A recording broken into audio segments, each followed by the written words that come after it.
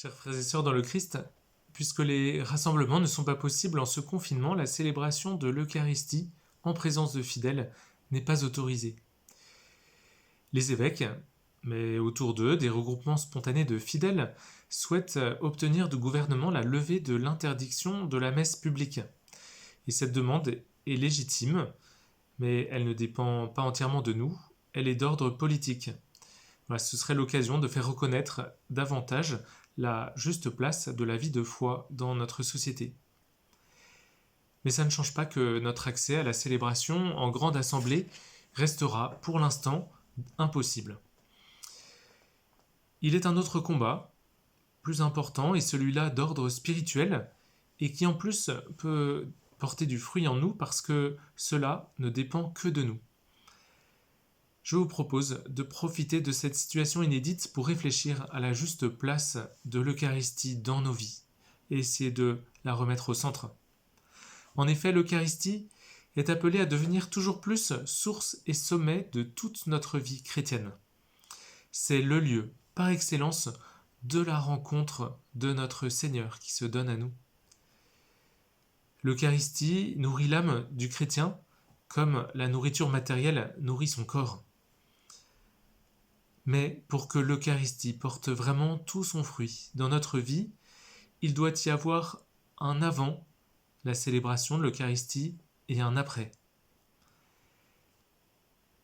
Avant la célébration de l'Eucharistie, pour que cette célébration porte du fruit, nous pouvons vivre la méditation de la parole de Dieu, pour déjà nous préparer à accueillir les textes qui nous font connaître la volonté de Dieu pour nous. Nous pouvons aussi nous préparer par un examen de conscience et par la confession sacramentelle régulière. Or, sachez que en cette période de confinement, nous y avons largement accès, encore plus que d'habitude, puisqu'il y a de longues plages d'accueil et de confession par le Père Patrice et moi-même dans les églises. Voilà, posons-nous la question, est-ce qu'on aurait été aussi frustrés si nous avions été privés seulement de la confession sacramentelle ? Pour nous préparer à la messe, on peut préparer des intentions de prière pour porter avec nous tous ceux que nous aimons, tous ceux qui, autour de nous, ont besoin davantage de prière.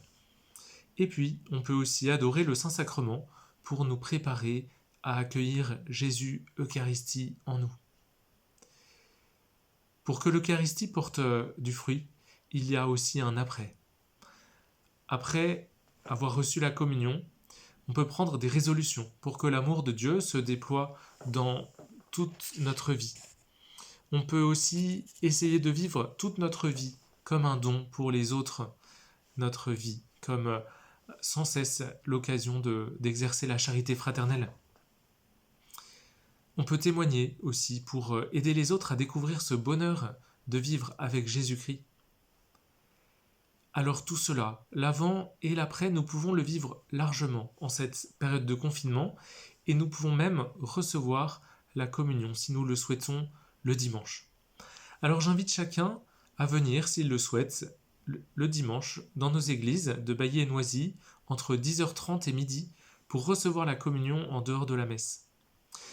J'invite chacun à s'y préparer de tout son cœur en remettant peut-être la confession sacramentelle à sa juste place dans notre vie. J'invite aussi à approfondir la place de l'Eucharistie dans nos vies. Et il y a par exemple, pour nous aider, en ce moment disponible le MOOC de la messe, cette formation en ligne proposée par des évêques et par l'Église de France. Et nous pouvons apprendre à déployer tout cela dans une vie de charité fraternelle active. Alors frères et sœurs, relevons ensemble ce défi.